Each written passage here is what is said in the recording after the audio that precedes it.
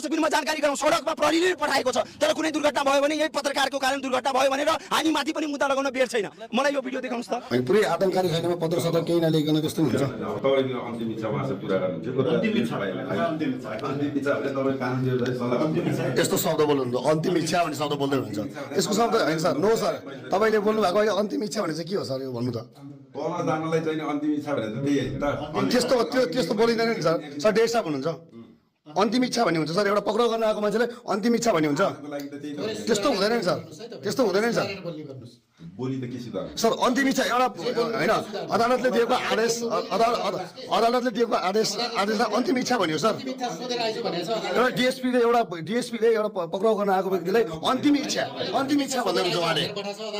आजलाई चाहिँ तपाईहरुले चाहिँ एकचोटि कानुन व्यवसाय सल्लाह गरेर जान्छु भनेर भने हैन अन्तिम इच्छाको अर्थ के हो देशब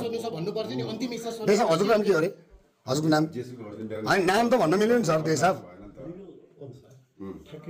नाम मात्रै हैन तपाईको आईडी पनि हेर्ने अधिकार हुन्छ हाम्रो जसकै नाम होइन तपाईको आईडी हेर्ने नि अधिकार हुन्छ अन्तिम इच्छा पढ्न सर अन्तिम इच्छाको अर्थ के हो अन्तिम इच्छा भने चाहिँ के हो अन्तिम इच्छा तपाईँ सर अहिले हजुरले अन्तिम इच्छा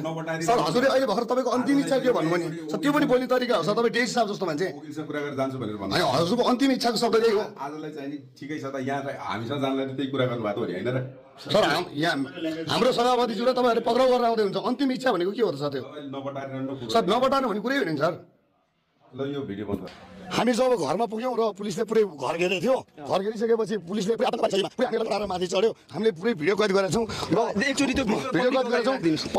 राष्ट्रिय स्वतन्त्र पार्टीका सभापति रवि लामेछानेकै घरमा हुनुहुन्थ्यो ल यो दृश्य यहाँ राम्रोसँग सुन्नु होला उहाँले अन्तिम इच्छा के हो यो अन्तिम इच्छा के हो सुन भन्नु भएको क्यामेरा त्यसरी नगर्नुस् कि तपाईहरुले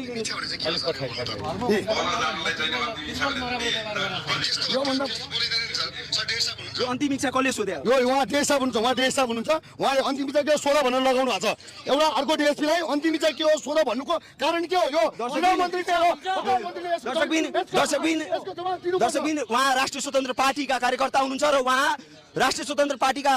सभापति रवि लामेछानेको घरमा हुनुहुन्थ्यो र उहाँले भिडियो खिच्नु भएको छ यो भिडियो देखाउँ डीएसपी साहबले अन्तिम इच्छा सोध्नु भएको छ राष्ट्रिय स्वतन्त्र पार्टीका कारण के हो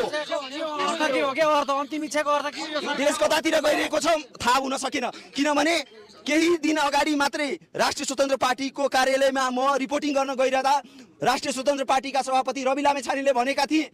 म शनिबार चितवन जान्छु चितवनमा म